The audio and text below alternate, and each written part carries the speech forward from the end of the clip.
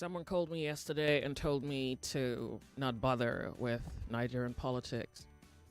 You must have heard me in the past say that I despise the politics in Nigeria. It's very regressive. Um, and as we got talking, he has promised to come catch up with me because he wants to show me some photographs out of the Port Harcourt refinery. And his argument is that he's not surprised that we don't quite have it functional the way it should be. And it's interesting how the news can tell us about maintenance costs, running cost, and we can be given hopes as to believe in a future of a possibility of a working refinery.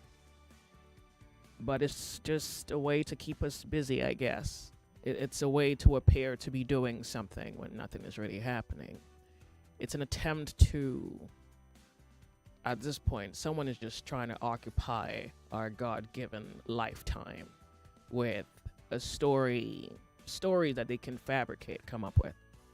I haven't seen the photographs yet, but I think I want to begin the show today by reminding us that there's a price to pay for everything that we do or fail to do. There's a price for deliberate actual evil. There's a price that we pay for indifference, particularly when it's indifference that's beneficial to us. There's a price that we are going to pay. And I think the sad thing is that whatever the consequence of the actions are, the innocent will suffer the consequence. And we've heard, I'm about to share a story with you. It's a Nigerian somewhere, I don't know where exactly, but I'll share the story. I don't think the location specifically matters. I think the consequence of being a Nigerian is really what I'm trying to underscore here. So there's a new category of people that I think we have to bring to the conversation. And maybe this is supposed to serve both as a reminder and a call to duty and responsibility. There's a new category of people that are rarely ever spoken of. Those who can do something and do nothing. Those people who, for whatever reason, there are reasons. So I'm just trying to categorize all the possible reasons that can be manufactured as to the justification of doing nothing. That there's a price to pay for choosing to do nothing. Besides the fact that when I just think about it philosophically, that there is this latent nerve that just points to wickedness because it's selfish, because it's selfish. Then there is the fact that maybe I shouldn't ask you to repent, because what's the use? And I've had the pleasure of hearing some people speak, and when they need to defend what they have done, they seem to not necessarily contemplate the consequences of their actions. They don't take the consequences of their actions, or even the fact that they could suffer the consequence, into account. What they do is just defend the evil, forgetting that they are also victims of this creation that they have consented to. And so it's not so obvious that they have consented to, because it wasn't a yes or no question. It was it's my brother, he's my boss, I'm defending him. I'm going to benefit. Remember when this administration was about to get into power, there was a very popular phrase all over social media. And initially I didn't get it. Then I think I later got it, where people will say, oh, this administration will favor me. I think it's also very interesting how we come up with the most interesting slogans to, I don't know, underscore consciousness or the evil in our consciousness. But I think that all the things I'm thinking in this very moment, maybe a way to give it a kind of arrowhead and project it into your consciousness is to read something a Nigerian put out on social media. And tomorrow on the Lords of Logic, I think I was going to attempt, even though time may fail, attempt to remind you that for logic to be sound, it needs fundamentally emotions. So you have to feel, you have to put yourself in the picture to understand. And you don't have to agree, so you have to be capable psychologically and mentally to split a singular perspective into three so that you can assume different angles in order to attempt vantage points that may inform judgment or comprehension.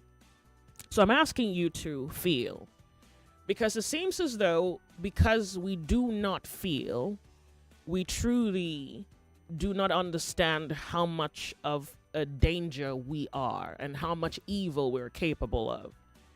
And so we can easily dismiss the things that we regard as trivial errors, and we forget that one wrong decision, one person dies. Another wrong decision, a person lives. One wrong decision, the fate of a person changes for good or for bad. Another right decision, so I think practically we are creating life every day on the basis of decisions that we make. And nobody is excused whether you think you made a right decision. You can only hope to have made the best decision before God and men. But that the consequence of your decision will not play out because you didn't make it, didn't think it through, is never the equation or a factor in the outcomes. Oh, by the way, Qatar is up to something else. I'm going to also share that with you. But first, let's read this message from this young gentleman. He says, Nigeria happened to me as a senior software engineer. Today, I find myself grappling with a deep, disheartening experience in my professional journey, one that I feel compelled to share with my LinkedIn network. As a senior software engineer with a solid educational and technical foundation, I recently secured a CTO position that offered a salary of up to $260,000 per year, including bonuses. The role was a significant milestone, reflecting years of hard work, technical expertise, and a relentless pursuit of excellence in the tech industry. The contract was signed with enthusiasm just last month, marking what I believe was a turning point in my career. However, that optimism was short-lived.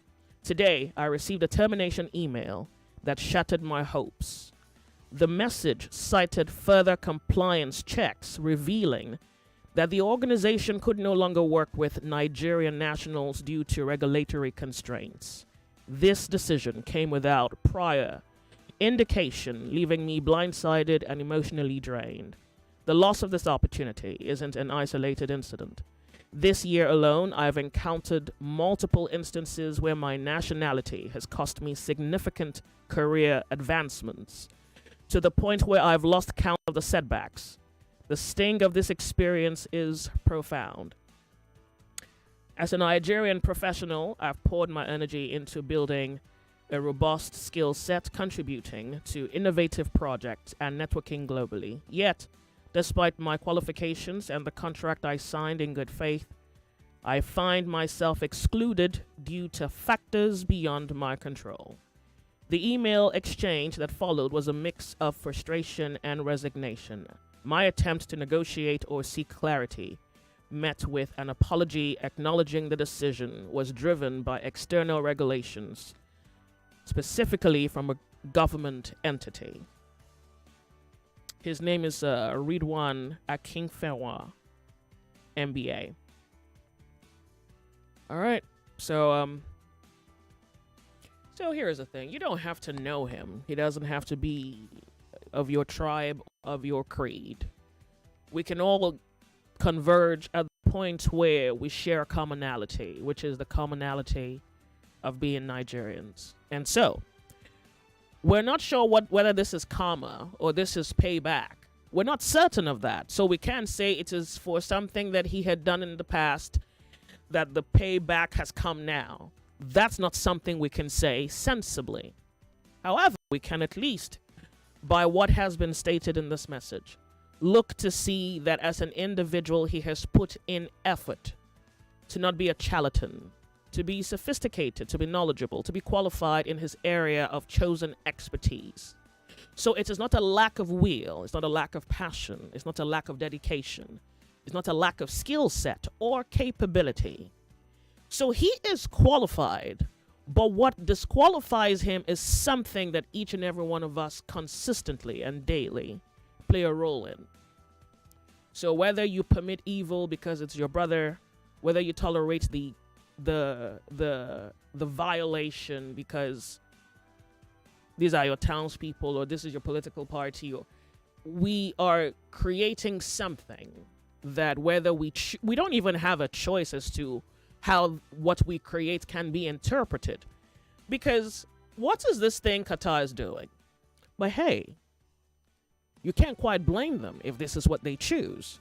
So here is what I saw on social media, and I think I stumbled on it this morning on Premium Times. Nigerian male travelers will no longer be granted tourist or transit visas to Qatar unless accompanied by their family members. So this is profiling. This is profiling. But hold on, they say they have a reason that Nigerians overstay visas. Let's see what else is in the gist.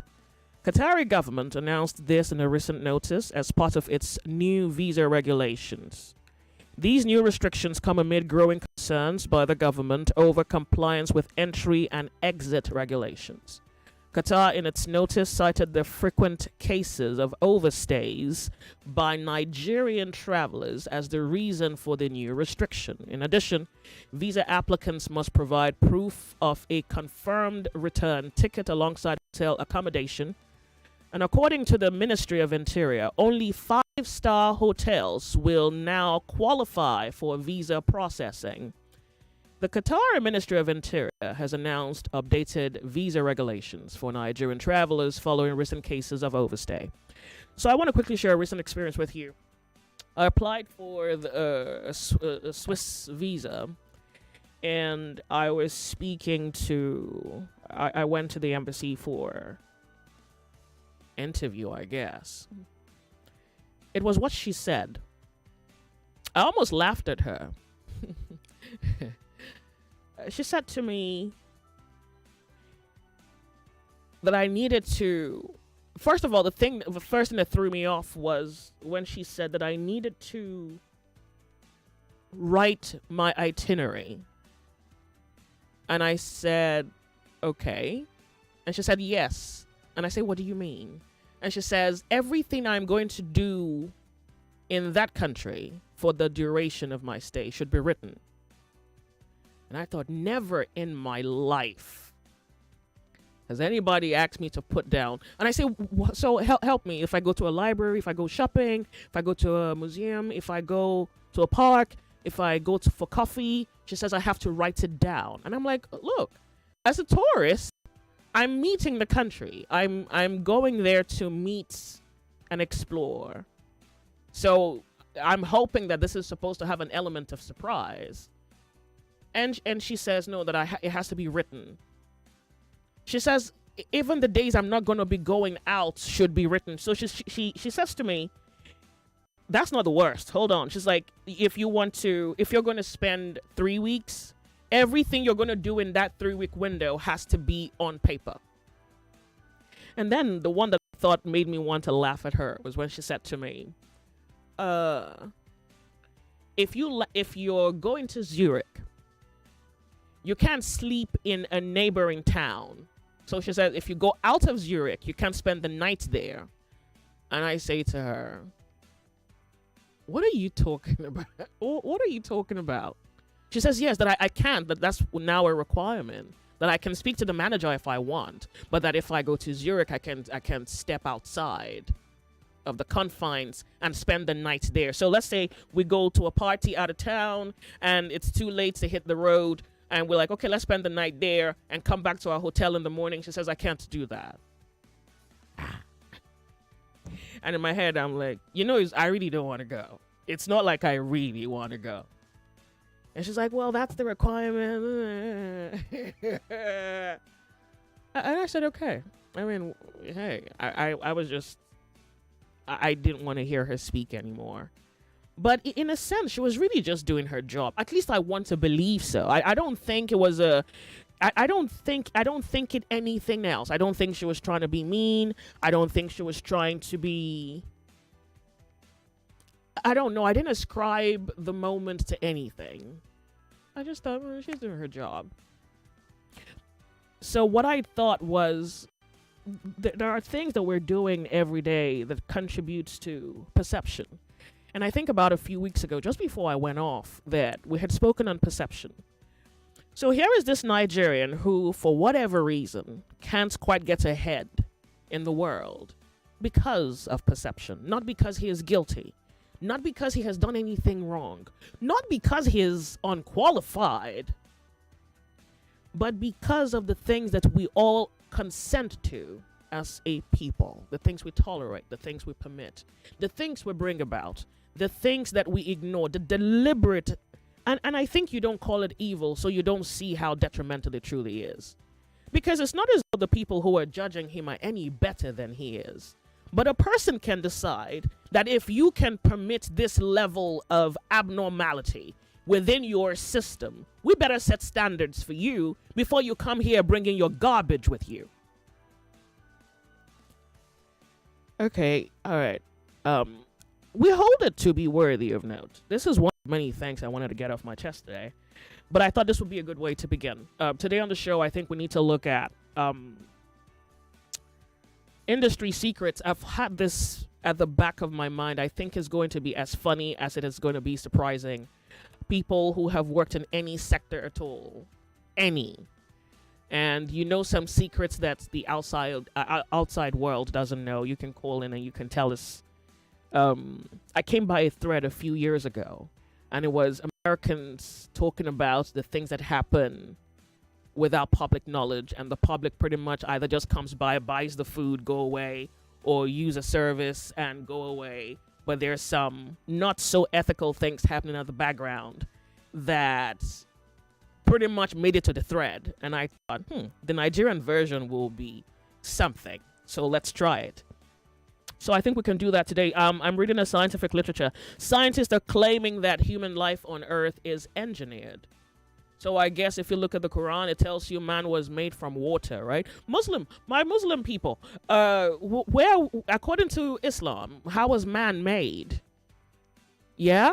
Good. Because they are now telling us that it's aliens that engineered human species as we know it. We want to go into that because that may contradict or conflict with faith as you know it. I don't know what you believe in, but we can look at everything that you know, even to your culture, and see how much of what science is saying. Who remembers that conversation we had on the Lords of Logic, where I was trying to piece together the possibility that just maybe the things our forefathers called gods, the one that you refer to as the gods of your fathers, were aliens? Who remembers that conversation? It's barely 2 months. That conversation is not even 2 months. Who remembers? Well, science is showing up to maybe underscore that conversation. But this is, I can say it's in isolation, but not so much isolated from that particular conversation. If we are, if we're the creation of aliens. All right, good. And then in our consideration this afternoon, we have, which should be our next conversation after this whole thing Nigerians are doing, giving us a bad look. FCCPC new regulation to address loan app harassment. All right. We'll hold it to be worthy of note. My name's Joyce. Welcome to 99.3 Nigeria Info. Tick, says the clock. What we have to do today is worthy of note. This is Sunny Side with Joyce, only on 99.3 Nigeria Info. Let's talk. I'd like to take your reaction on this gist I have just shared with you of the Nigerian who maybe is so heartbroken. I mean, sometimes I wonder how much heartbreak people can tolerate before we hear that they have killed themselves, before we hear that they have gone into a depression. 0201-2770-993, 0201-465-7190, and 080959758. 05. We hold it to be worthy of notes. Good afternoon to you. My name's Joyce. Welcome to the show. If you can hear me, hello. Hello. Thank you for being here. Good afternoon. Tell us your name. Go ahead. Afternoon. Tell us your name. Go ahead. Can you hear me?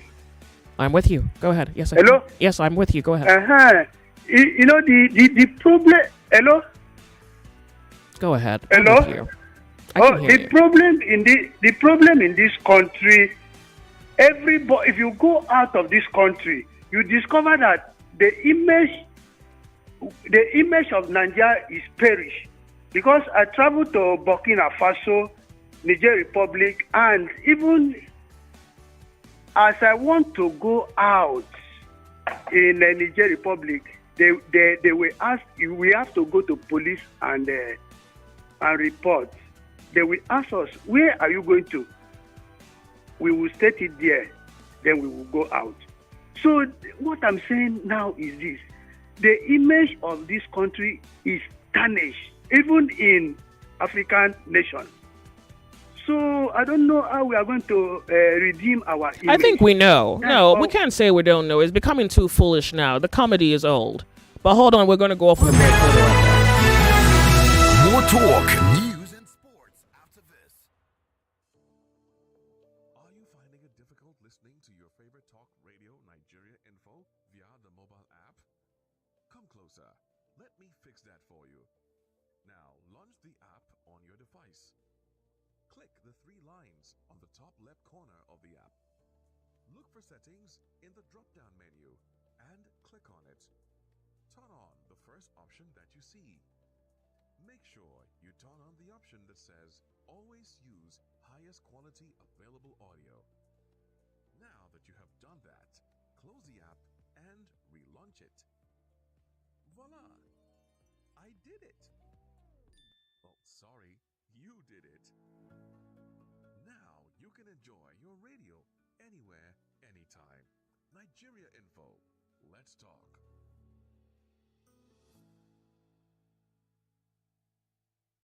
Every day is about winning with one play on Nigeria Info. On Nigeria Info, daily winnings is now over 150,000 naira. Just go to oneplay.ng or dial *347*880*3#. Play with as little as 500 naira, and in a few seconds, your ticket is in the draw. The more you play, the better your chances of winning every day on the Morning Crossfire, WhatsApp Lagos, and Game On shows on weekdays, and the Football Frenzy shows on weekends. But that's not all. Every Friday, there will be a 500,000 naira jackpot. Playing during the week automatically qualifies you for the weekly jackpot. Your chances of winning are the same whether you play on oneplay.ng or dial *347*880*3#. Remember to play responsibly. Not suitable for persons under the age of 18. OnePlay is a registered trademark under Lasho Trading Services Limited, licensed by the Lagos State Lotteries and Gaming Commission. 99.3 Nigeria Info, your number one station for talk. Let's talk.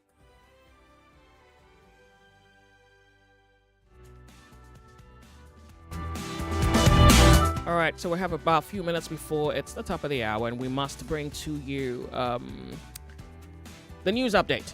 Okay, so we have a few minutes on this conversation because we have to go to FCCPC.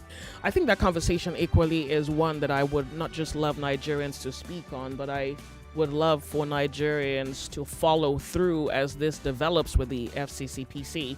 Nigeria, good afternoon to you. You're on the sunny side. Welcome. Good afternoon, Joyce. Afternoon to you. Welcome. It's good to have you. Tell us your name. Go ahead. My name is Basi. Just want to talk about about this alien thing. I primarily that the whole essence of religion, even Christianity, is alien because the conception of Christ in the womb of Mary. You're in a hurry. That's not what we're talking about. Just so that we're not off tangent. Okay. Can we talk about that tomorrow?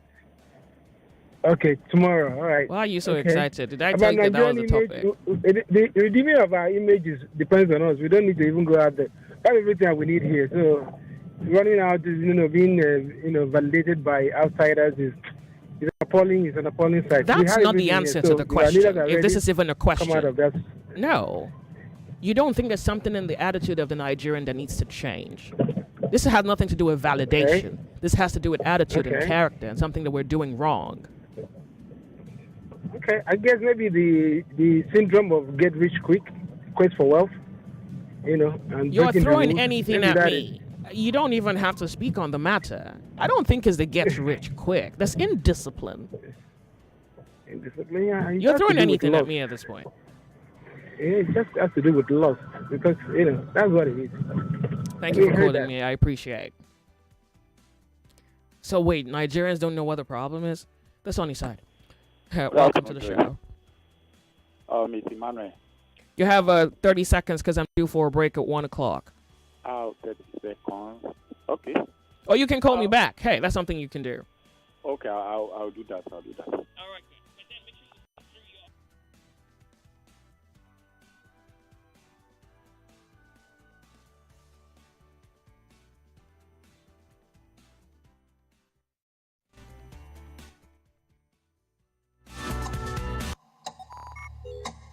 Tick, says the clock. What we have to do today is worthy of note. This is Sunny Side with Joyce, only on 99.3 Nigeria Info. Let's talk. Accused the management of Dangote Refinery of attempting to bring back what they call slavery into Nigerian workforce. So what Dangote wants to do is a good move. Okay. Trying to free us from this slavery that this would have been us in this oil sector. They have turned everything to their own. It is possible to collect your bread and commercialize it. They wouldn't mind to do. There are union in every sector. That body you call. I'm just hearing the name for the first time. This is a mumbo jumbo union. But I think what no Nigerian saw coming would be this 5% petrol tax that's soon to begin. It's in as much as I will pay that 500 naira. All the whole supporters of Tulumbu will pay that 5 naira. That's no problem. Conversation never stops. 99.3 Nigeria Info. Let's talk.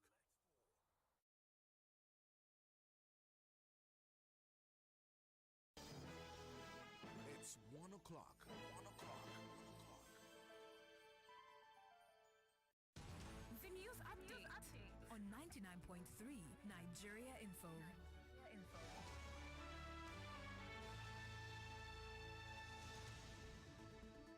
Lagos will start with some tragic news. A gas tanker driving against traffic collided with a bus on the Owerri-Onitsha Expressway on Tuesday. 12 people have died from the unfortunate accident, including 4 children, and injuring 8 others. Police say the victims, members of the Jehovah's Witness Church traveling from Anambra to Imo, have been taken to Ogbaku Mortuary and Divine Hospital, Awo Omama. The road has since been cleared as investigations continue.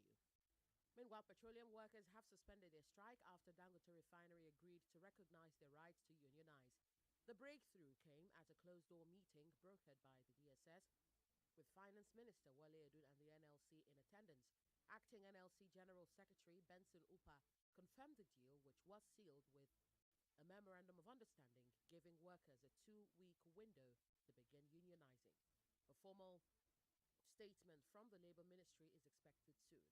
Moving on to the clash between Senator Natasha Akpotudwagan and the Senate leadership, public affairs analyst Majid Dahiru says it should have been resolved politically and not in court. Speaking on Nigeria Info's dailies, Dahiru noted that seat changes are routine and fall within the Senate leadership's discretion. He warned that constant recourse to the courts risks turning the Senate into an institution hiding behind legal processes instead of addressing issues through dialogue. The Nigeria Football Federation has criticized the Super Eagles after their 1-1 draw with South Africa in Tuesday's World Cup qualifier. Striker Cyriel Dessers was slammed for a sluggish display, while captain William Troost-Ekong was faulted for the own goal that put Bafana Bafana ahead. Calvin Bassey drew praise for his equalizer, but the NFF lamented a poor second half showing where substitutes made little impact. With the result, Nigeria must win their last 2 games against Lesotho and Benin and hope rivals slip to keep qualification hopes alive. And that's all for now. Thank you for listening. It is The Sunny Side with Joyce right here at 99.3 Nigeria Info. I am Yvonne Ohaifo.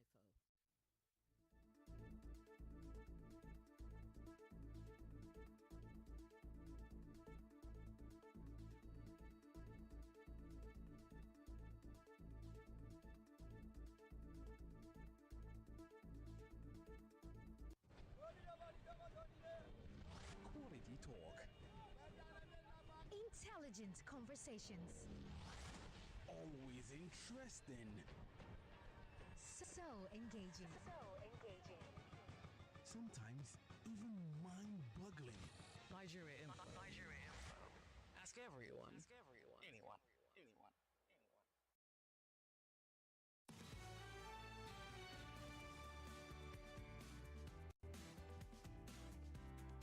And we're back. 99.3 Nigeria Info. I'll just pick a few reactions on this particular situation of Nigerians who appear to be complaining as to the consequence of our collective action. And I hope that you have enough awareness, and I would even say enough courage to admit where the error lies. Because knowing the root cause of the problem is indeed the beginning to finding a solution to the problem. My name's Joyce. Welcome. It's 4 minutes past 1 p.m. The sunny side. Good afternoon to you. Welcome. We hold it to be worthy of note. If you can hear me, Yes, good afternoon to you. Thank you very much for being here. How's work today? Well, look at it. What do you think? Joyce, the problem is that we What's have your name? blacklisted our... My name is Aniafonoma Tony James. Welcome. Thank you for calling me. I'm calling you from Songota. Good. The major problem is that we have blacklisted our image as a country in the eyes of the outside world as a whole. Just we are too indisciplined. We are too loud and we are too desperate. This get-rich-quick syndrome is beginning to be too much and people are disregarding. See, I watched this thing on social media the other time. You know, one guy was asking one lady from Ghana, he said, name 2 countries you would not like to marry from. And the girl said, Nigeria. The person asked her why. He said, Nigerians are too deceitful. They are this, they are that. Imagine I buried my head in shame. Can you imagine how outside world? What was there to imagine? Joyce, we are finished. Honestly, I don't know how we're going to renew our image. Honestly. Let's go help us, yo. Bye-bye. Okay. Well, so do Nigerians think that there is a so there is this issue which I think we probably are not highlighting. Is it a character flaw? Because, I mean, think about it. What is it? Is this a character flaw? Hello, welcome. How are you? It's Emmanuel calling back. Oh, good to have you back. Now, Joyce, I think we had leaders over the years who are incompetent and who does not know what it takes to build a country. Especially from the 60s and 70s, countries who are in there with the big boys today started to build themselves. And one of the most significant institutions that build countries are the intelligence community, the security intelligence community. I was listening to an interview of one ex-CIA official. He said the CIA will influence the president of America into making a decision. The president will be thinking that he made the decision, by himself. Whereas that decision was influenced by the CIA. Now, coming back to Nigeria, we have the NIA, Nigeria Intelligence Agency. That institution was responsible for the alleged kidnap of Nnamdi Kanu from Kenya to Nigeria. We have the MIA, the Military Intelligence Agency. And to some aspects, I think the police also can also drive this process. There is a way you can make a child think from the start, and that thinking will follow him or her, till when it grows up. That is what we are lacking in the country. Why I refer to the 60s and the 70s, especially the military leaders, who came in, they never believed in building a country. They just came in, registering their name as the head of Nigeria, at a point. And again, not bringing in people, into those institutions, that can drive a process of the growth of a country. That people who are capable of heading those institutions. In fact, there are some people who have the capacity to head those institutions, they were sacked. Just like in the police today and some other agencies, people competence is not rewarded. Rather favoritism, sectionalism, religious, and so on. So, and today, I don't believe we have that kind of country indeed that will help us in the future. That was why I was telling Sheriff yesterday also, when we were talking about insecurity. I say it was not the fault of President Tinubu that somebody who was born 50 years ago, 40 years ago, was taught that any other person who is not from his or our own religion is a pagan, should be killed. But it's the fault of President Bola Ahmed Tinubu that a child who is born today is not given adequate orientation. That we are all equal before God and all equal before the state. For the fact that we are not, we don't have those institutions driving the process of how we think, the curriculum of our schools, the logic, of how a child should grow up, what we should be thinking about. Captain Blade always say this thing. There is a way you can tell somebody, to go through the door without telling the person directly. There is a way you can tell somebody that if you wake up in the morning, the road to go out from your house is the window without telling the person. So if you begin to build that person, in 10, 15, 20 years, you will begin to see a change, a difference, in attitude, in activities, and programs. These things are programs. They are, a Ghanaian, an average Ghanaian, is most likely to behave differently from a Nigerian. I was with some friends at a point, and they were telling me that, Ghanaians were not smart, And then that conversation, went further. And then I discovered that the Ghanaians were not smart statement, was like Nigerians are that is I won't say that is smart, They can they are fraudulent, They are smart in terms of legalism. They can. We can't call that being smart. Otherwise, we change the definition of what smart means. Yes, now that is the smartness they were talking about. And I had a Ghanaian friend at a point, and he was like, Emmanuel, the way Nigerian police officers behave, no Ghanaian police officer will behave that way. Now, I won't want to agree with his statement 100%, but in terms of being direct with corruption, being bullying and so on. I think that was the angle he was coming from, that Ghanaian police officer. And all these things are orientation. What is imputed, the kind of programming they have. So those institutions that should be driving the process in Nigeria is what we are lacking. Thank you so much for calling. And for the fact that we are not having those institutions drive those processes that is glaring, and we are seeing that there is a change in the next 20, 30 years, I don't. In fact, it might even be worse. Thank you very much for calling. I really do appreciate 99.3 Nigeria Info. We hold it to be worthy of notes. I lost you. Make it back. My name's Joyce. Welcome. What's your name? Good afternoon, Joyce. Afternoon to you. Thank you for being on the sunny side. So my name is Amos. Welcome, Amos.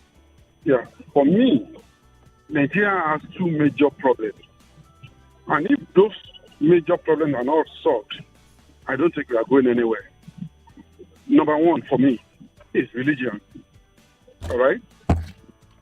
Then number two for me is this type of democracy we are practicing in this country. Because Nigeria has never been this low in my life. I'll be 48 in 2 weeks. All right? And I tell people Nigeria has never been this, not this bad at some point. Now, let me explain to you about this democracy we are practicing. Joyce, I know you now because I've been following you for like 5 years, and I know you're a good person. Do you know that it is more difficult for you to become a councillor than for an Evan or an armed robber to become a senator in this country? It's because once you have money and you can press the right button, whether you're an armed robber or a drug pusher, you can be anything in this country. And a good person will never be anything. So imagine a country that is being ruled by rogues, thugs, robbers, and all sorts. What do you expect? But I also think that there is something else you are not looking at, and maybe you should replace it with that religion argument that you are raising. No, I'm going to religion. All right, I'm going to religion. Now, the role of religion now is it has made all of us, or most of us, because I'm not included, those are. Do you understand? So now anything happens and the church or the mosque they are telling you is the will of God. Let us take it that way. All right? And that is a very big problem for me. You know, remember there was a time in this country a lift in Lagos fell and a nurse or a doctor died. And the wife of the governor was saying that there is a black spot or whatever on Lagos on that day because the same day an helicopter dropped in Ikeja. And the deputy, the governor's wife was saying maybe devil was doing something, whatever in Lagos, that we should pray so that that thing can go away. So every mistake, every of our errors, we count it as will of God and we take it that way. Somebody will die due to bad road. They will say, God give them God tickets. I ate that ticket with passion. Do you understand? You know, there are some places, you know, I drive around Lagos. And I drive on pardon me. I don't think religion is the problem. Religion is used, so it's not the tool. It's the person wielding the tool. Yes. That was what I wanted to correct earlier. It's not the tool that's the problem. It's the person wielding the tool. So I think that's fundamentally there's something very evil, wicked about the people, or maybe it's a lack of character. If the pastors or the imams, right, start seeing things from the way it should be seen, right, there will be correction, there will be other. So it's a lack of character, not religion.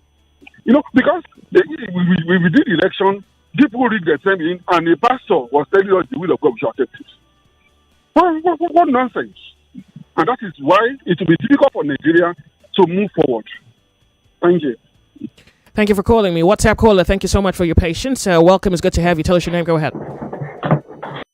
Hey Joyce, how are you doing? I'm good. Anonymous calling from Canada. Okay.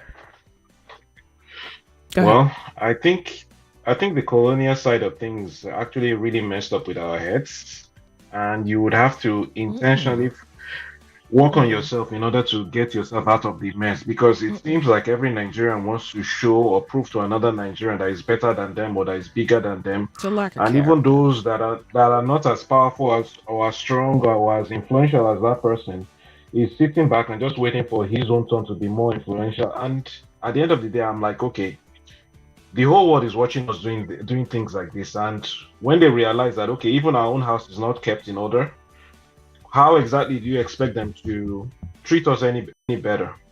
What about the Nigerian that gets to suffer as a consequence? Because I really think that's another problem. Unfortunately, when two elephants fight, the grass would happen. This was part of the things I saw that made me decide that, okay, I was going to get a second passport as soon as possible, because it's not going to get any better till we do better.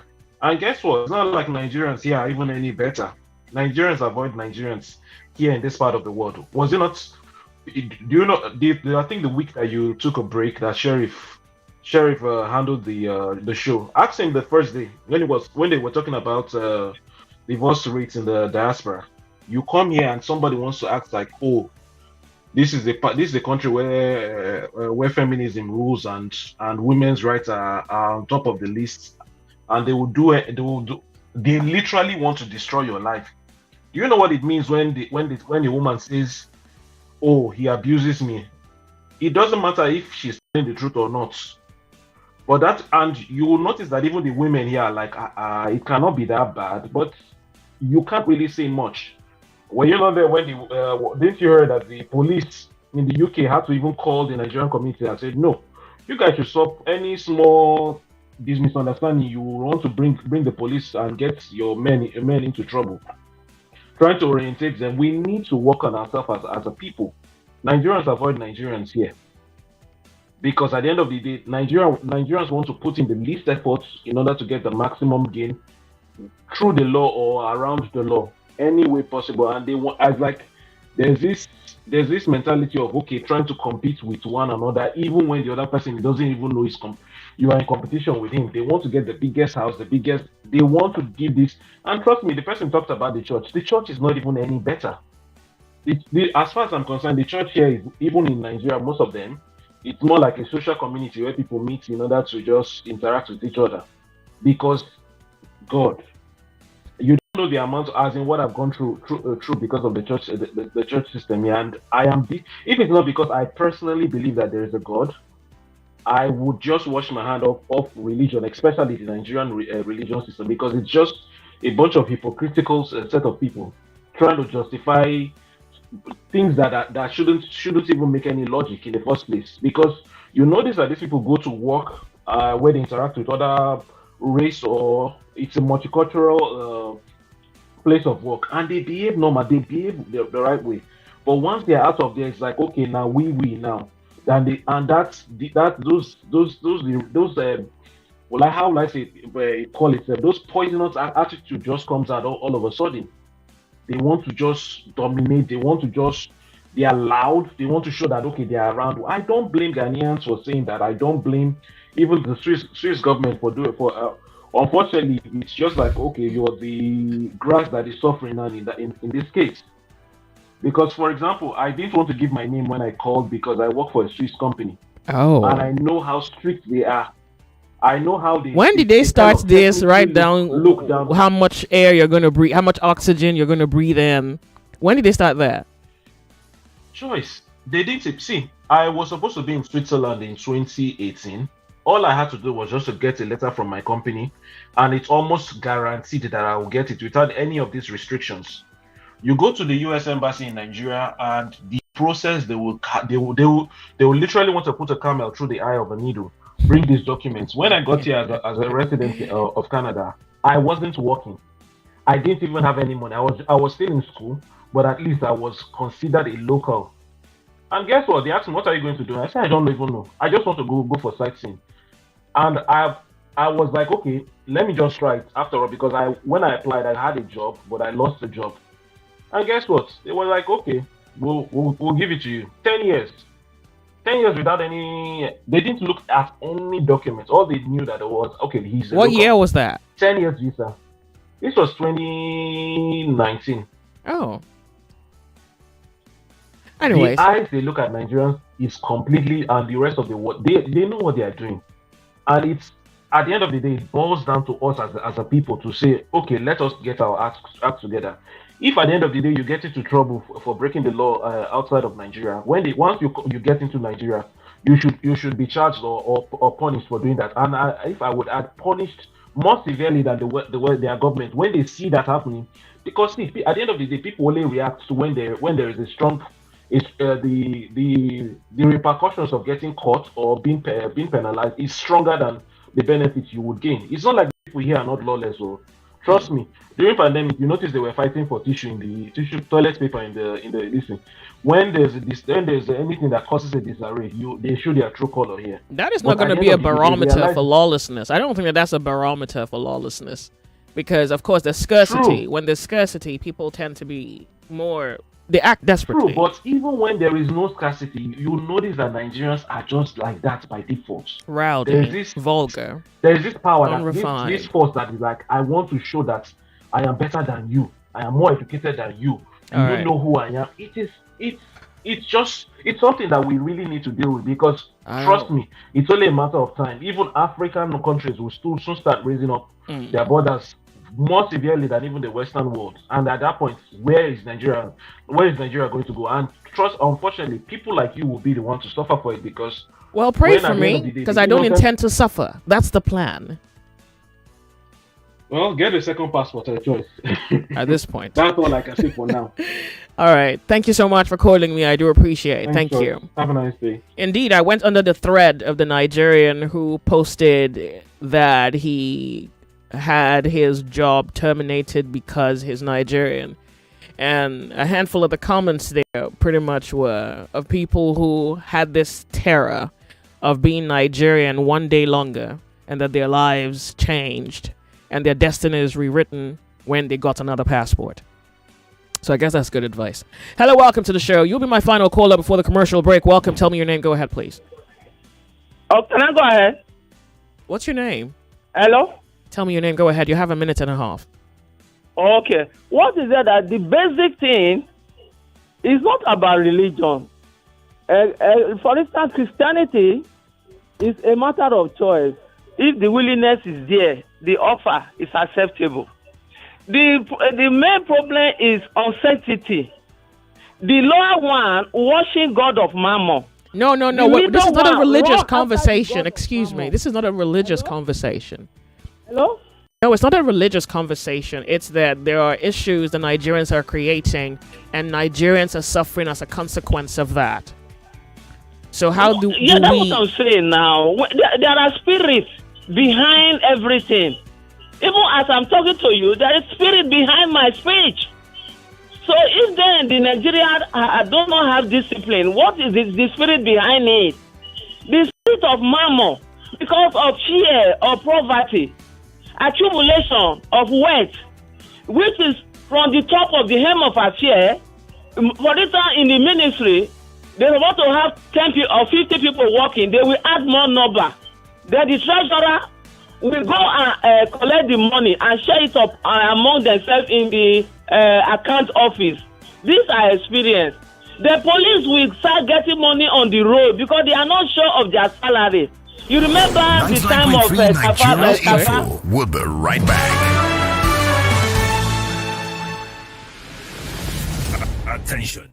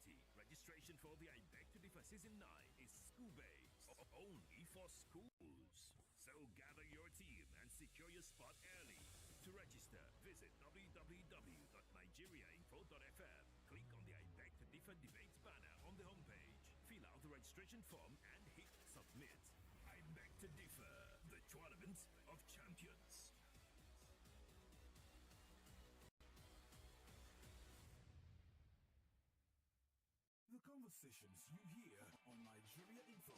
United Nations, Atiku Obi, and of course, a senator from Borno State, Senator Lindume, all are outraged over the killings that happened over the weekend in Borno State. Both UN and United Nations, all of them are chokers. Because all of them know the problem of this country. They know how it starts. All of them are involved. These people, of course, Nigeria, I don't think they have the interest of Nigeria at heart. As far as they are concerned, Nigeria is a business enterprise, and they're only interested in milking the country. The Lagos APC has denied claims that it's actually attacked ADC members in Alimosho. Even if you're not pointing fingers to the APC, the police should swing in to find out who did this, right? Conversation never stops. 99.3 Nigeria Info. Let's talk.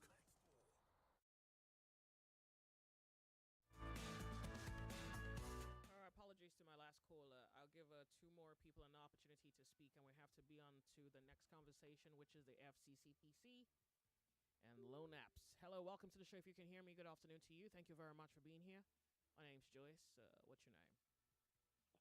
Good afternoon, Joyce. Thank you for being here. Go ahead. Tell us your name. Go ahead. My name is Robert. Welcome, Rob. Thank you, sir. Joyce, you see, let me dwell on what Emmanuel from Ekpe said.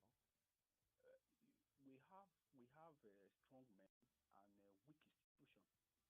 Culpability is not being punished here, so the world views us as people that are not serious. Okay, not that they don't have their own misfortune. There, as the man from Switzerland rightly said. But like I think 2 days ago, I was watching a video on Facebook where some Nigerians in Dubai were displaying. Machete and weapon, and they call themselves court members on the street. You understand? Imagine if an innocent person now go to Dubai embassy and want to, apply for a visa. How do you think such a person will be looked at? Putting your experience into play. You are a good person, as we know, but some people are just there, tarnishing the image of Nigeria, abroad. So the world is just looking at us that way. And when you come over here, if you have money, who shares. You understand? Even in Italy the other day, somebody, a customer member, killed his colleague in a supermarket before the policeman came and arrested that person. Imagine. So these are the issues that we are talking. Get, we need to have a good government that can punish. Pass something here. Then before, even if somebody is abroad, you commit a crime and he's in Nigeria, you come back here. The person is supposed to be punished squarely for tarnishing the image of our country. I think if the world see that, they will know that these people are serious. I don't have much to say. Thank you very much, man. Thank you very much for calling. 99.3 Nigeria Info, the sunny side. One more caller, and then we on to the next. Hello, welcome to the show. What's your name? Hello, Joyce. Good afternoon. Tell me your name. Go Good ahead, afternoon. please. My name is Alex. Welcome. Go ahead, please. Yeah, you said, because I think I quite agree with the brother that called from Canada. You know, the issue we have here, since the days of the military, that mindset of being militarized by the military stank in the head of so many Nigerians. And it's like when you cross that Red Sea, trying to move forward into the wilderness to the promised land. But among some of us that were in that wilderness, felt, this is punishment. Why not let us go back to Egypt? And that is why you have oppressors. And people believe that that is a normal way of life. Rather than thinking that, no, we need to change our orientation. We are out of this whole mess. Let us see how we can better our lives. Now you're talking about character. Anyone that is being trained by a good family that has good character, morals and principles, and hold on to that, you will never see, you know the kind of parents you had, how they trained you. You tell me, when you see your other Nigerians, will you like to oppress them or treat them badly? No, you won't, because you know how you were brought up. But among some of us, you see that they don't care. They rather oppress you, show themselves. And that is why this country has become so messed up, because some people did not hold on to that good principles that was given to them initially. And rather, even when they rather than for them to, press that default button for them to reset, they rather even improve more on that. And that's why you see this decay. But how do we get out of this? It's boiled down to, from the top to the least. Those in the corridors of power are also like those people like in the Egypt trying to oppress you to show off. But rather than them to think that they have conscience and they were being, even everybody that was born into this world did not come with bad character. Everybody just, due to the bad environment we have and the evil spirit in this world. But some people just give themselves to that evil spirit to use them, and they don't care. No matter what. But you and I that know we have a God and we are asked to walk righteously, love the other person, show kindness. Rather, some people just want to oppress. That's why we have this kind of society. But when people start having that orientation, that no, this is not the way to go, I rather act in the right manner that I was initially created to behave. That is my input. Thank you. Thank you very much for calling 99.3 Nigeria Info. It's 32 minutes past 1 p.m. I wanted to highlight some psychological... Well, he made a statement, but I'm attempting to evaluate it psychologically. The statement, I think the penultimate caller, he said that we have weak institutions and we have... he says we have weak institutions and strong men. No, I don't think we have strong men. I think we have an unserious people. We have a people that's not ready. We have a people that haven't decided yet. We have a people who do not have the fortitude nor the character to contend with evil, so they become evil themselves. That's exactly why we are here. I think you're smart. And so you have to give the evils a fancy name just so that you can get by every day with your own conscience. Because the moment you call it evil, you suddenly realize that you want to quickly be your own judge before someone else judges you. But if you give it a fancy name that can cloak the very intent of the action, then you can live with yourself. I want to quickly read this message here. Your name is... Me checks or MI checks, I'm not sure, from Badore. The discussion today is something that is very painful, but to a large extent, that's very little or there's very little or nothing we can do, because this average Nigerian mentality of be smart or get outsmarted has been accepted by over 90% of Nigerians. The Nigerian definition of a smart person is one who benefits at the expense of an individual who's very trusting. Before now, we did it only to ourselves, but we have taken it outside, and the whole world is beginning to see that nature in almost every Nigerian they come across, because it's almost as if when you let a Nigerian do business or work with you without serious inspection, because you believe he can be trusted, you get cheated by us. The main cause of this is that a lot of parents are doing very poorly in bringing up their children. I keep saying this, but people think I'm crazy. Not everyone should have a child. Raising a child is a full-time job that requires study and preparation, but in Nigeria it seems as a necessity. It seems as a necessity or requirement. Now people without any upbringing are given birth. How can you give what you don't have? My advice to every well-meaning Nigerian is, when you have a child, teach them how to think. It's very important for an individual to think properly, because I believe this present generation is already lost. Let's just try to save the next. So there's this developing story out of Nepal. They look serious. They're taking matters into their hands. They're acting seriously. And so far, we know that the prime minister has resigned. But I think there are a few other government heads that are pretty much on the verge of resignation, or pretty much something in the works like that. I saw a few videos yesterday. I really just don't want to go into the detail, to be honest with you, out of Nepal. And I thought, why are they acting seriously? But maybe that's exactly what happens for something to give. You know, you get serious with it. And there is this as a result of a social media ban that led to a protest, and protesters just went crazy. So I'm hoping that every Nigerian assumes the responsibility. You see, character is serious business. Character is serious business. And you practically build all of life on character. I don't know that there is any aspect of life that's not built on the foundation of character. And I don't want you to think that the answer to the question is something in limbo, like something in the ether. We know it. It's whether we are willing people, particularly those who just stand by and watch, those who can and don't do something about something. I just want to highlight the fact that when we tolerate many of these things, and you know exactly what I'm referring to, it creates a situation where the innocent get to suffer, whether it's a poor decision, someone who's supposed to handle military doesn't, then the soldiers are not only disadvantaged, they suffer. And then they also suffer at the hands of their enemies, whether it's someone in charge of healthcare, someone in charge of education. When someone fails to make the right decision, consequently, everything on that food chain suffers. So you kind of get it. It's really that simplified. For time, we need to step into another conversation, step out of this one. The FCCPC is in the news.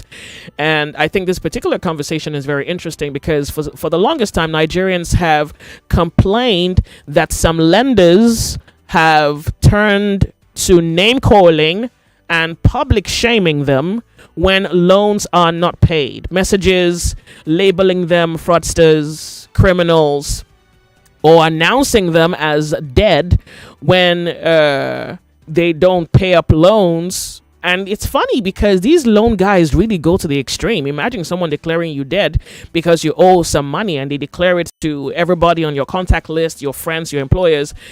Yeah, so the FCCPC is stepping in. We want to look through their measures, and you tell me whether you think this is solid enough to, particularly if you've suffered at the hands of many of these lending apps. But I also have a very inverted question. Do Nigerians think that the lending apps take advantage of them? Or is this a case of Nigeria, maybe not all of you, but a handful of you take advantage of the fact that it's a phone call and nobody is going to come after you physically. So you deliberately not pay us at when due, and you just stress the person on the other end of the line. Because I've seen a few videos. I mean, the intent appear to be comical, but it's a case of if you're lending money and they say, well, you have 1 month to pay and you don't, do you think Nigerians deliberately not want to pay up that money? Or is this a case of maybe indeed the loan apps are truly just exploiting their advantage in the game and declaring Nigerians dead, shaming them, calling them criminals, which I really think is a very insane thing to do. But they would probably say they do it because they want their money off of you. Well, the FCCPC is in the game and they're talking about it, so we'll get your reaction in a moment. We'll hold it to be worthy of notes. Don't go anywhere with Nigeria Info.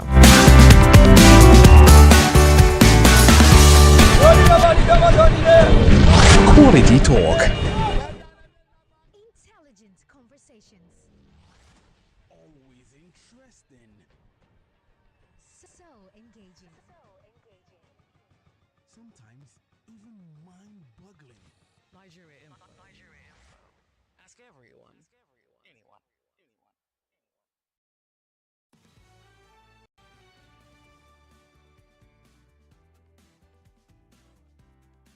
99.3 Nigeria Info, the sunny side. Okay, so here is this new regulation by the FCCPC. Under the new rule, all digital lenders must register with the FCCPC within 90 days and meet standards on transparency, fair interest rates, and ethical debt collection. Companies that fail to comply face fines of up to 100 million naira or 1% of annual turnover, while directors risk being disqualified from business for up to 5 years. The regulations also ban automatic lending without borrower's consent. Tell me about it. Someone deliberately gives you money without asking? All right. They say that the regulation also bans automatic lending without borrower's consent, prohibits misleading advertising, requires clear loan terms, airtime and data lending services must include at least one locally owned partner, and joint ventures must be registered with the commission. So sounds like, it doesn't sound like too much, but sounds like enough to manage the relationship between consumer and service provider. 99.3 Nigeria Info, the sunny side. Welcome. 0201-2770-993, 0201-465-7190, and on WhatsApp 08095975805. I think a lot of people truly got a little excited when loan apps became a thing, you know, where you can quickly just get a quick 100,000, a quick 500,000, a quick 1 million. And I think there was even a time the government was even doing it with market women, and it was going well. So I think when that particular positive, the one with the federal government, I don't know of, it didn't have any bad press, if you know what I mean. I think Nigerians were really, okay, maybe I haven't heard the bad side of it, but it's not so obvious to me that there was any kind of complaint on the side of the government that Nigerians were not paying up their loans.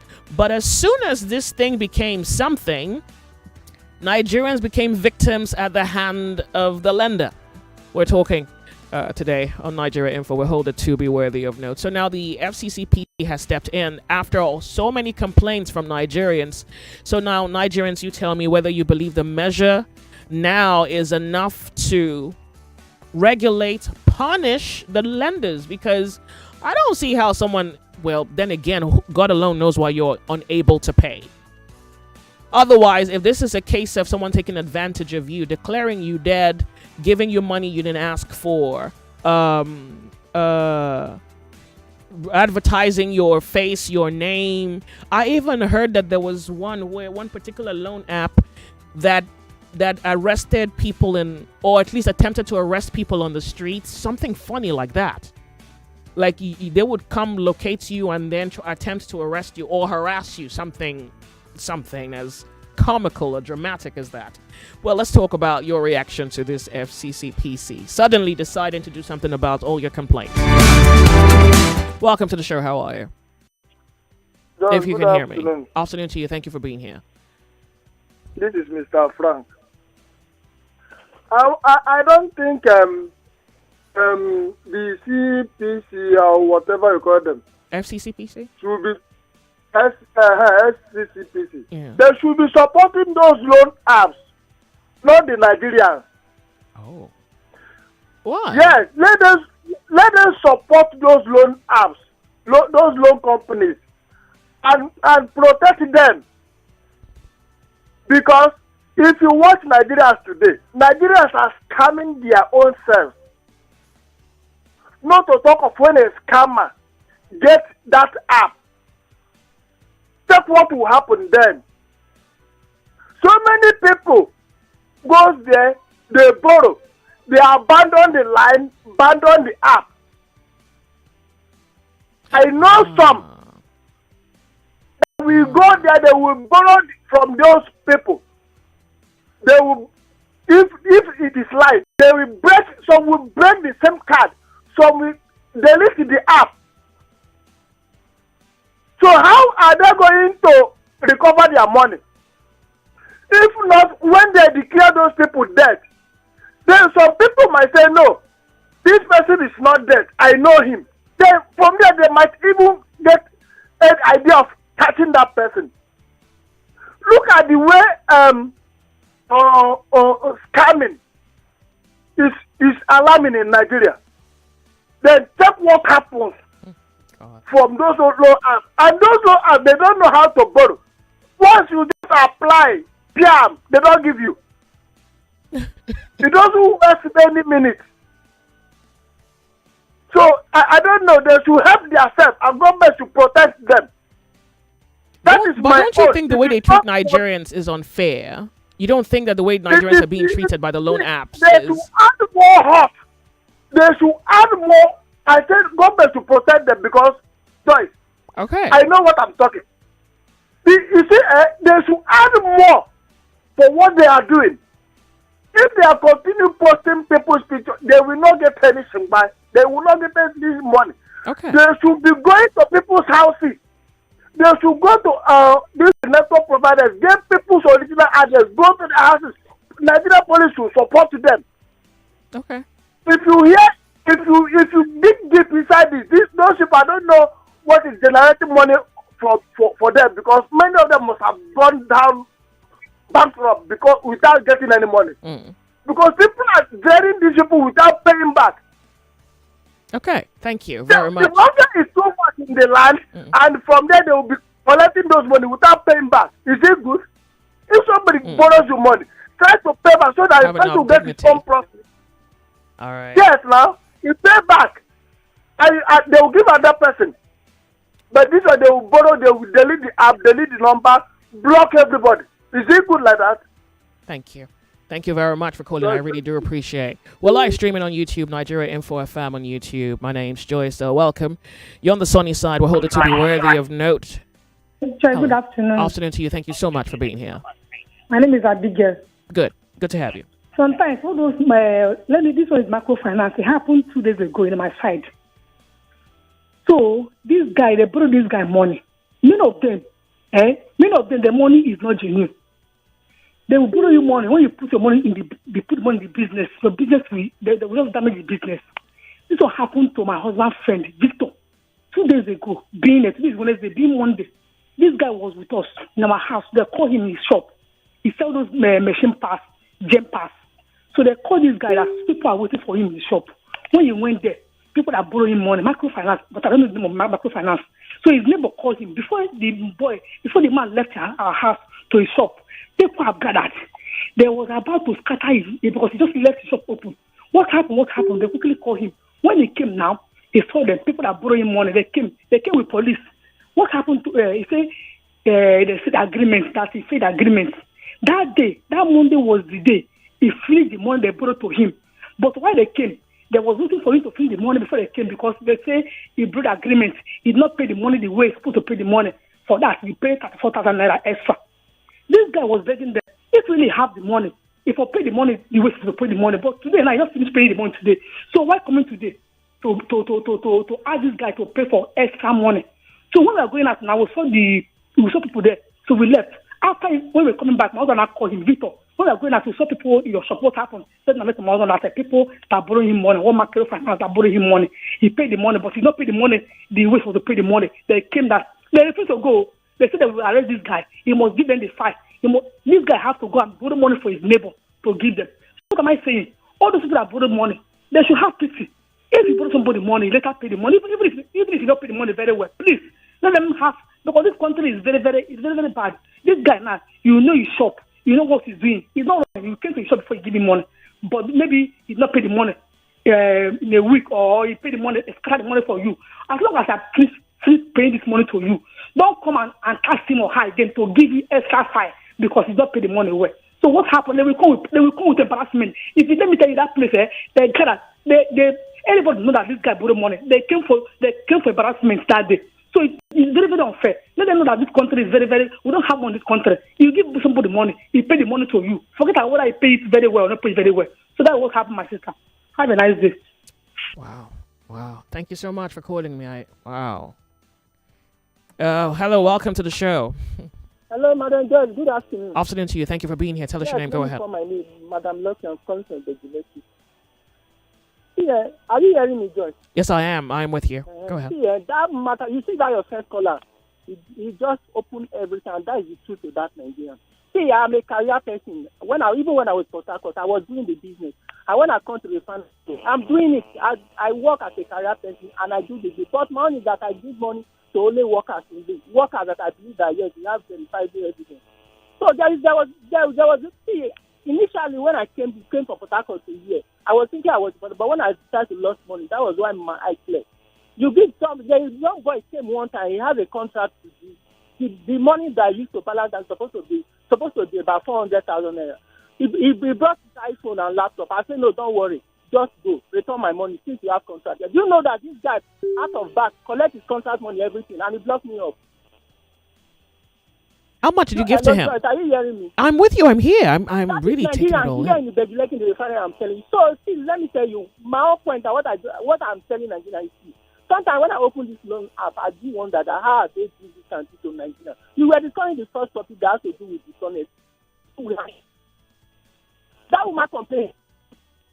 And you will always be in contact with that person. Call that. This is myself. I apologize. I sincerely do apologize. You're breaking up. I'm losing your words, so you're not quite making sense here. 99.3 Nigeria Info. You're on the sunny side. Welcome to the show. The FCCPC has stepped into what I would say is the embarrassment that Nigerians face at the hands of lenders. But it does quite appear that the story is deeper than rap. And what that now means is that I'm getting a reaction from the Nigerian public as to the role the FCCPC must play. And the very interesting aspect of this conversation, which I was hoping to underscore, is Nigerians knowing that the FCCPC has stepped in and follow through on the FCCPC to ensure that the relationship between lender and borrower is civil, is decent, and regulated by law. Well, join me on this conversation this afternoon as Nigerians speak on this particular development. The sunny side, good afternoon to you. My name's Joyce. What's your name? Hello.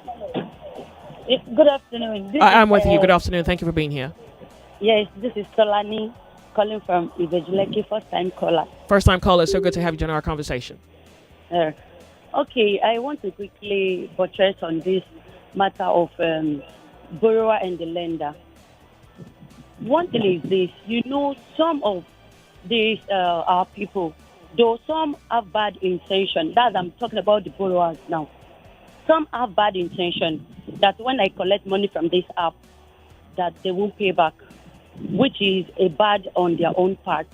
Then let's now go straight to the loan lenders, the app.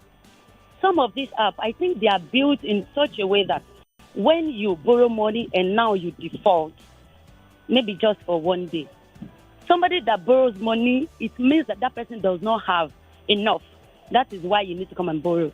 Now you as a lender, you now put much burden on the borrower by increasing the interest on that loan being given to them.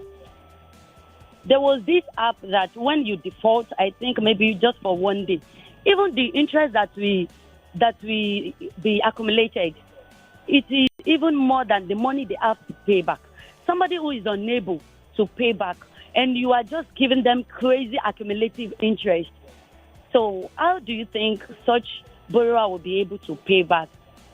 I don't know if you're getting me. I totally do. And I think that's exactly why the FCCPC has stepped in, because maybe some of these loan apps are taking advantage of the honest Nigerian. I think that is where the problem is. If you know that you want them to pay back, please try to regulate the way you accumulate their interest. Sometimes it is crazy. Then some even prefer, let me abandon my line and everything instead of paying this accumulated crazy interest. So I think I'm running out of I do time. appreciate your commentary, really. Thank you so much. Thank you so much for calling me. I'm looking for like a message that can fit into the next 30 seconds because that's exactly all I have before commercial break. You say I have used loan apps and I'm telling you that they are nothing but digital loan sharks. They charge exorbitant interest, and after you pay the outstanding loan, they pester you with calls until you take another loan. It's disgraceful. I have blocked most of their phone numbers, but they keep finding new ways to call me. Yeah, so my issue here is the disgrace that they bring to honest people who can, or for some reason need time to pay the loan. We'll be right back. Don't go anywhere. You are listening to your number one station for talk. 99.3 Nigeria Info. 99.3 Nigeria Info. Let's talk.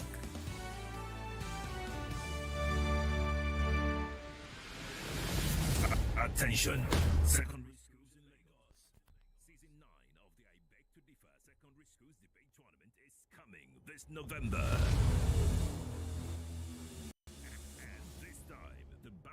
Secondary schools with ultimate bragging right is officially on. Do you have what it takes to go head to head with the brightest young minds in Lagos? Can your school rise to the challenge and claim the crown? Then this is your moment. The I Beg to Differ Secondary Schools Debate is calling your school. Registration opens September 1 and closes September 30. Registration for the I Beg to Differ Season 9 is school-based, only for schools. So gather your team and secure your spot early. To register, visit www.nigeriainfo.fm. Click on the I Beg to Differ Debates banner on the homepage. Fill out the registration form and hit submit. I Beg to Differ, the tournament of champions.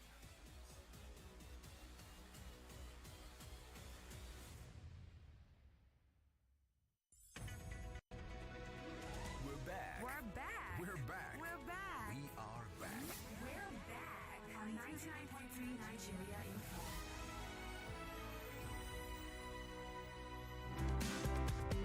The sunny side, we're 99.3, and this is Nigeria Info. My name's Joyce. It's good to have you be a part of the conversation. Welcome to the show.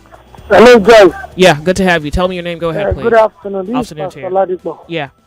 Joyce, you see, I don't think this loan app, I don't think they put ropes on anybody's neck to borrow. One, that is one.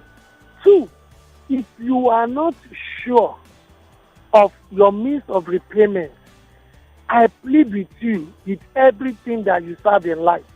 Don't go near them. Thirdly, when you finish paying and you know how burdensome it was for you to pay, please, when they keep disturbing, don't go back again.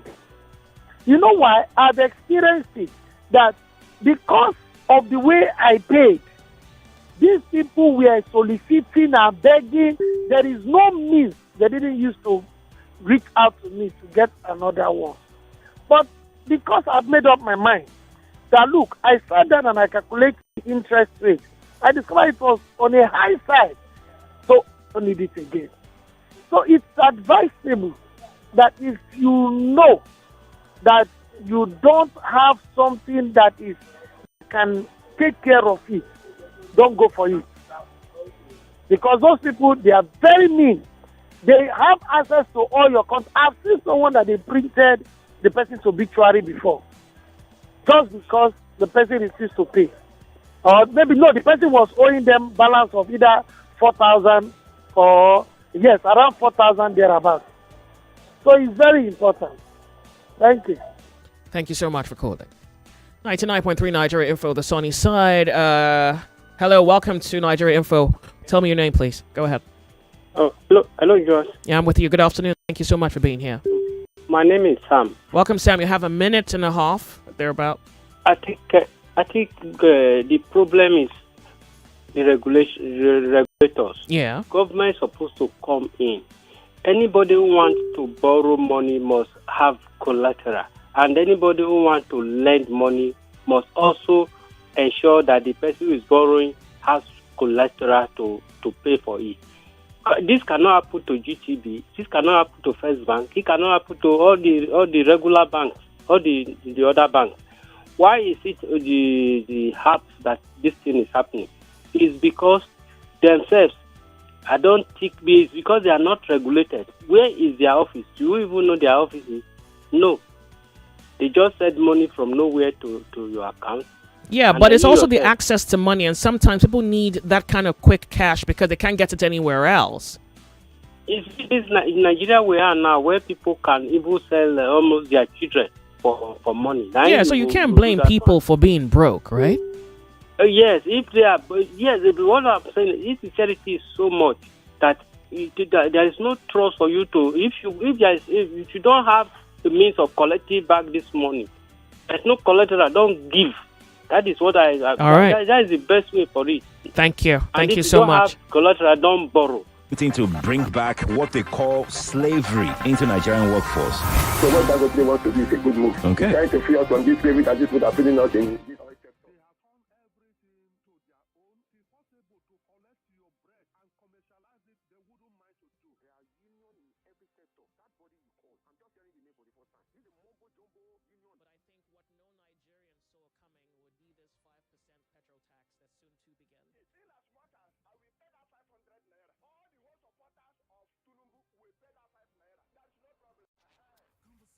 Never stops. 99.3 Nigeria Info. Let's talk. Can serve you the way we do. We go all the way. You guys are always keeping your voice down when you're benefiting from the government. I think you read before that monkey swallowed billions of naira. This one now, Scorpion will soon swallow billions. Then my landlord gave me quick notice because I decided to go and vote my opponent. Is it Nigeria the only country in this world that everything they do, they will do it upside down? It's 99.3 Nigeria Info. Your number one station for talk. Let's talk. It's 2 o'clock. The headline news on 99.3 Nigeria Info.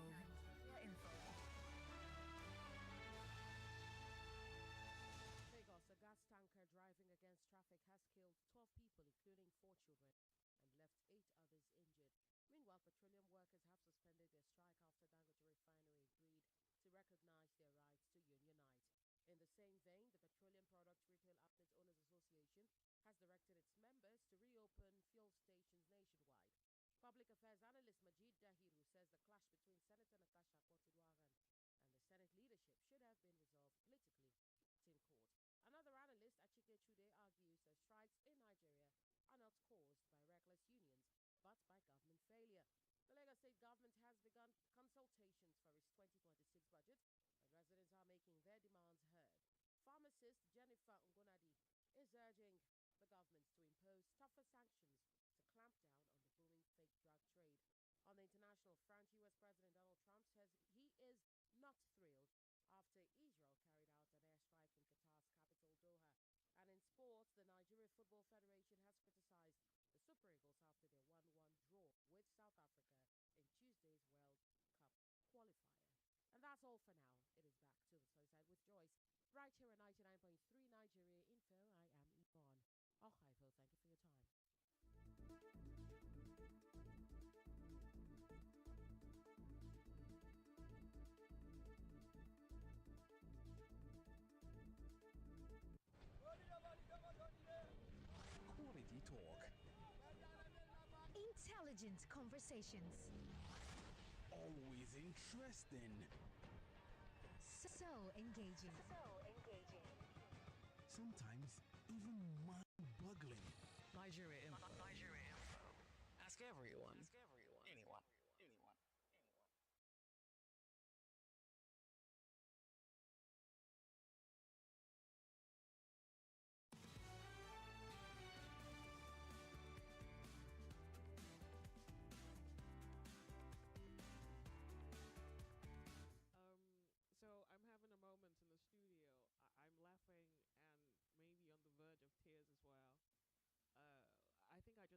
Well, I heard you say that a trailer. A gas tanker driving against traffic resulted in the death of 12 people somewhere in Anambra State. Sometimes you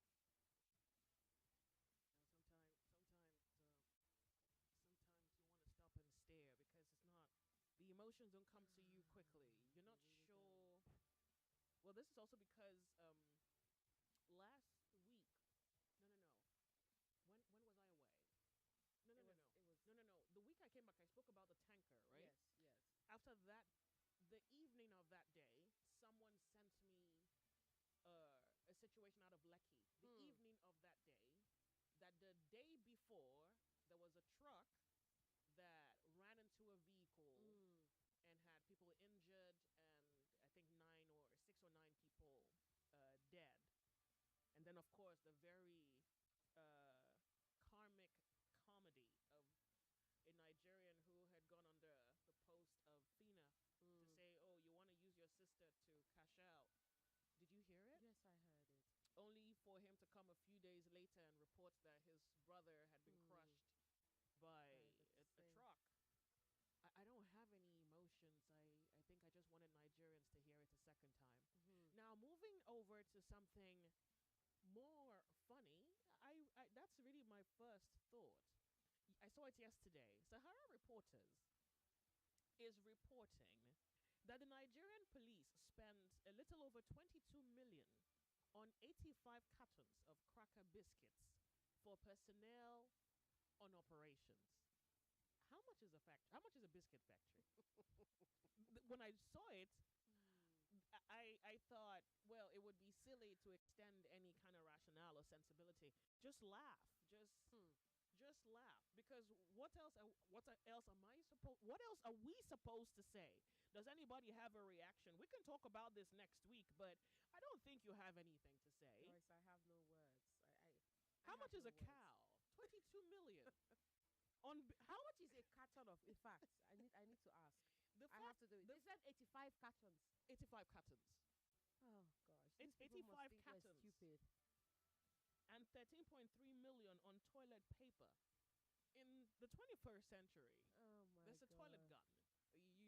Or there's a faucet. Okay, maybe they don't want a bidet, so you can get like a toilet gun, which I think is even more hygienic, to be honest. But toilet paper, is it made out of rose leaves? It's unbelievable. Is it gold sheet? Oh my goodness. I mean, if you're going to lie, at least make it sound No. believable. No. I don't even think they're lying. I think Joyce, that is too incredible to believe is actually true. I don't think they're lying. Joyce, they are lying. Whoever came up with that knew nothing else to say. Knew no way to justify the funds. I can't believe it. I can't. And coming from an institution in this country, one that is supposed to protect Nigerians. I mean, if you're going to do such a thing, okay, let's even ask, how much is the average carton of crackers? The company that's the brand of biscuits they bought, how much is the factory? Exactly. Or the toilet paper they purchase, wipe their sins away. These are gold leaves. I don't know. They're gold leaves. My gosh, Joyce. No, these have to be gold leaves. Oh, it's interesting how we have to sit here and report such. No, Nigerians. Whenever you're serious at this point, I think if you don't think it's funny, then whenever you're serious. Oh my goodness, crackers! They could have even done so much more with 22 million. You could have had like a 7-course meal. What? Crackers? No, the person who came up with that could have done better. So that speaks to a lack of intelligence. You could have given me the contract. I could go to Sicily and find you the finest wine. What did you eat the crackers with? The water, how much was it? Okay, Lagos. Well, I'm glad that I can laugh about something today. Nothing has been funny the whole day. Thank you so much for your company. I mean, it's a bittersweet moment, but I think outside of the grace of God, everything else leaves you with the bitter and the bittersweet, because you want to be grateful that you're alive. You want to be thankful, that you're happy, and you want to live for something, and then every circumstance that informs your life or your interfaces you live is just a bitter one. Mm-hmm. I mean, 22 million plus on biscuits. And 13 million naira on And first of all, you're even going to buy biscuits. You bought that type of biscuits. You guys don't even have taste. 9 minutes past 2 p.m. We'll hold it to indeed, it's worthy of note. So ordinary humans who poop regular, unworthy of being used for manure excretion, well, gather here.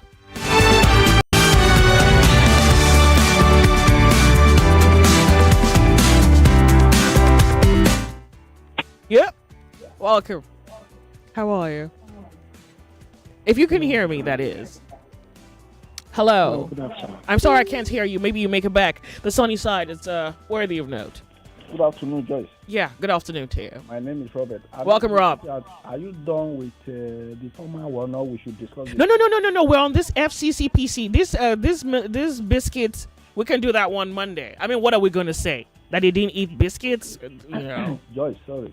You see, Mr. Frank, your first caller, spoke very well. Normally, if you money from any institution or maybe an individual, you are supposed to pay as at when due. Okay, but I think what most of your callers misunderstand is that you are not particularly concerned about, I don't want to use the word cost, talking about this microfinance bank that have offices. What we are talking about, I think, is the online loan shark that we don't know their offices, that can harass people. Is that not what you are talking about? Yes, that's what I'm talking about. Fine. So the issue is that, like one lady said, it is true. If you borrow money from an online app. Hello? Must have lost you. Hopefully you make it back. Hello, Nigeria Info. You're on the sunny side. Good afternoon. Afternoon to you. Thank you so much for being here. Thank you so much for calling. Go ahead, please. Yeah, let's talk concern this loan app. Well, these loan apps, I think some of them, I will not generalize, some of them are not really honest. Sometimes there was a time I applied for loan in one of the apps. Normally, if you want to take loan, they will bring everything, tell you the interest cumulatively. You will know perhaps what you will pay. If you are taking it for 3 months, you are supposed to know what you are paying at the you end are of going 3 to pay for the years. No, but what I noticed was that I don't know how they are doing it, because when I applied, I think I applied 200, and immediately, not just quite long, they approved it. So I now started reading. When I opened the list, I started reading. I now saw that the interest on that will be 250. That means I'll be paying 450 at the On end of 200. 6 months or so. Nah, that's criminal. So I had to call them. I said, please, I just saw your interest this thing now. Please take back your money. It was on their app. It never entered anywhere in my account.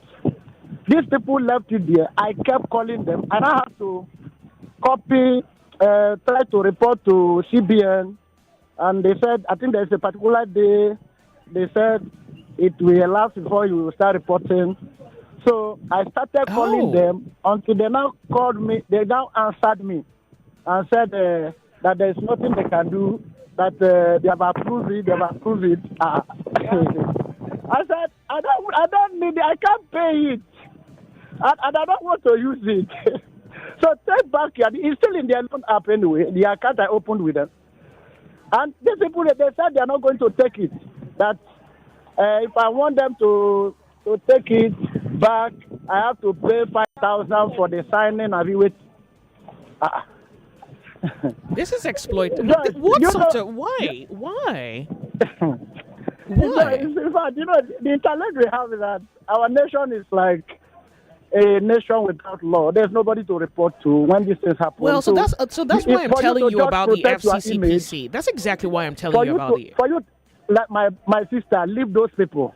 leave them. All these ones is just PR. They are just trying to be relevant. Before you start operating in a nation as a loan app, you are supposed to have gotten, or there must be, terms and conditions. You don't just start operating. We have people who don't care. Nigeria is you cannot do anything in the nation and go free. For me, because of to safeguard my name, because I don't want any dent on my name, I never used their 5 naira. I did not take it. I had to pay that 5,000 just for them to take it back. Okay. Because as it's going, it will be counted. Yeah. I never used 1 naira out of it, but I paid them 5,000 for nothing, just for nothing. So, and this is because we are in a nation that it's like nobody can just do anything. So they are taking advantage of the inactions of government. You go to police, you don't even know who to report. Mm-hmm. There are many things happening. People don't know who to report to. Well, FCCPC is exactly who you report to, and I think a lot more Nigerians need to speak up. Just listen to me. All those ones they are doing, they know what is right to do. They can't do it. Okay, if I see it in my local area, am I going to go to Abuja to report it? These people, in every local government, you are supposed to have a place to report to. If you see fake something, you are supposed to have a place to report to. They are just wasting Nigerian resources, doing nothing. So I don't blame the loan app per se. I blame the people who are in charge of the nation because they don't really care. Okay. If people know that if you do something wrong, the law will come against you, they won't start operating like that. So it's it's unfortunate. Thank you. They are making noise now that yes, this and that. Let them have a place in every local government closer to the people, and most of this crime will not be there. Thank you so much. And for people to just conclude that all Nigerians are not honest, I don't believe that. People should stop trying to drop plate all Nigerians as the same brush. I totally agree. They connect, they will not pay. I hate to hear that. And it's wrong. Like that. You can talk concerning yourself. Yeah. Don't just begin to pay people. All Nigerians can never be the same. You have to know that. And those people calling should know that. I appreciate you calling in. Thank you so much. 99.3 Nigeria Info, the sunny side. This message goes about the loan application. Why I think most default is because of the continuous accumulation of interest. If someone can't pay 10,000, what makes them think increasing it to 20,000 will be easy to pay or would make them pay? Jimmy says these lending apps are really overdoing things. Yes, some Nigerians deliberately refuse to pay back, but their methods are unacceptable. A friend of mine was falsely announced to have her contact list as HIV positive. That's completely unethical. Since they already have people's addresses, why not confront them directly instead of resorting to public disgrace? The FCCPC is on the right track addressing this. Can you imagine? And it's funny because this money, it's not like someone took 100 million or 50 million and you're doing this to them. How do you announce to her contact list that she has HIV? Like, what is... It does quite appear that the disgrace is now may far outweigh the benefits of taking the loan in the first place, because how do you explain something like this? The sunny side, good afternoon to you. Joyce, good afternoon. Thank you for being here. Tell us your name. Go ahead. Yeah, I'll be called DJ. Go ahead. For the sake of anonymity. Okay. Actually, thanks for picking my call. I dealt with this loan app. As in, I was a regular customer, like 4 years before I learned my lesson. What I learned was that they are just robbing Peter to pay Paul. It is simple as that. Because I've noticed that if you are new to the game, or just patronizing them, people always have the intention of paying back. Like almost like 90% of all the time. But by the time they are now into it, they start returning the money and they now start defaulting. They will now have to go and borrow from another app to pay this one. to pay this one. So that's just because I dealt with them for like 4 years. I in my That was how you company, survived them. That's why I knew the game. Oh. Because I used to collect for my friend for like almost like 60-something people that I've collected for. So what I usually do, I've collect for them, then I'll take my cuts. Because they dealt with me. I used to pay back. I will collect like 10. I'll pay like 16,000 within 1 week. 1 week. They will rip me. I collected 39. I pay 42 within 1 week. Wow. So they were just exploiting me. So it got a point. Then I realized that I knew them. So it got a point. I couldn't pay back. So there's no way I could have paid. There's no way. I was broke because I've collected for almost 15 hours. 15 hours. No. I'm even wow. Like almost something. I have all of them in my head. So like almost something else. I can begin to count all of them. So later, I now, okay, how can I be able to get all my money back? I call my friend, yeah, come and borrow. I borrow for them, then I'll take my cut. Those one will not pay back. So okay, do you need money? Do you need money? Okay, I need money. I will collect like 20K for them. I will take like 7K. Then they will go and use the 13K. So they will be calling them, just move on with your life. What do you think? Why did you do that? Is there anything wrong with what you did?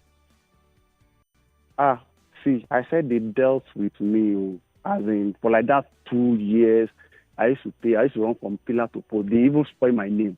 They sent my name to my church member. When I was shaking, when my heart, before my heart got stubborn, they said I'm a thief. They sent to my school WhatsApp group. They sent to my church members. As I received calls, I was shaking, running from pillar to post. I went to go and borrow money from cooperative to go and pay the money. So I now feel like, how will I be doing this? So I said, then I got stubborn. And after using my friend, I will collect. I have like almost 60-something emails on my phone. So I will register, do their photo, do the normal thing. So I was like the admin. So I borrowed for someone before that. So you hold on. You use your ID to borrow money for your friend? No, I use their details. Or you use their details to help them borrow money? I don't use their details per se. I just say, okay, do you need money? Yeah. This is how you can get it. I'll collect your phone. This I'll register for them. Then they will send the money to their account. They'll send the money to your friend's account? Yes. And your friend gives you a commission. Why does your friend? What's your job? I was in a position of. Yeah, well. I don't want to review myself. Okay. But do you see that there's something wrong in what you did at this point? Because your friends don't pay the loan back, right? And you get a commission. Of course. Yeah, but you don't see that there's something unethical? No. I usually tell them that if you want to pay, it's your own problem. If you don't want to pay, it's your own problem. I give them 50-50 chance. If you want to pay, but don't you have a problem with what you did? Because, this is exactly what we're talking about, the perception that we create because of our lack of courage or decency or character. See, when I started with good hearts, but the moment they send messages to my contacts, the moment they did all those things to me, I was so upset. I don't know how to explain it. I was so furious. Yeah. And on what? And even that money I paid it back. I completely lost it. And on what? And look at the return I'm paying. I will collect 32K. I will pay 45,000 in 1 week. And because I was running to run school expenses and stuff, and house expenses, I was broke. I was living alone in Lagos. So I was just needing to survive. So it got to a point I was stuck. I didn't know what to do. What can I do? Okay, I'll call my friends. Okay, these guys need money. Who wouldn't like a free money? Yeah, but I also think that you made the wrong choice, and I don't know whether you can admit that. Because look at what's happening in the country today. Okay. Let me tell you what I'm passing through right now. Right now, those loan apps, the one I've paid, they are still calling back to come and borrow money. I'm fed up. As in, they will be calling me every day to come and borrow. As in, I want to swear for them every day. Your loan limit has been increased. In fact, you don't have any issue. You have paid your loan back. Come and borrow. I said, I'm not borrowing again. In fact, I'm not a new convert. So for like 3 or 4 years ago now, I've dropped everything. I'm not doing it again. But all those money that they duped me, they spoiled my name. Me too, I paid them back. And I'm very, very happy. There was a day that I collected 80K for one of my friends. He gave me 30K. I jubilated. Wow. Instantly. Yes. Okay. They gave him 80K. I gave me 30K. He take 50K. And both of you disappeared into the night. You didn't pay the money back. And the guy, no, pay K. I know you see, they're just robbing Peter to pay Paul. They will collect for novice. They will collect from them. They will now build them exorbitant this thing. And those people that didn't pay, they will use that one to cover it. That's what they are doing. If you cannot pay back, whoever fall into their trap, they will build them with exorbitant interest, with threats, everything. So they now use it to cover those that can't pay. That's just it. Just know that. If you are hearing me, Nigerian, they are just using robbing Peter to pay Paul. We'll be right back. More conversation, more talk, more. Right after this.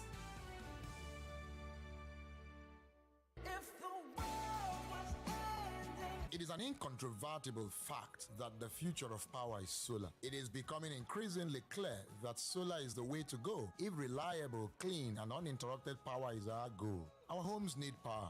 99.3 Nigeria Info. We are more than just radio.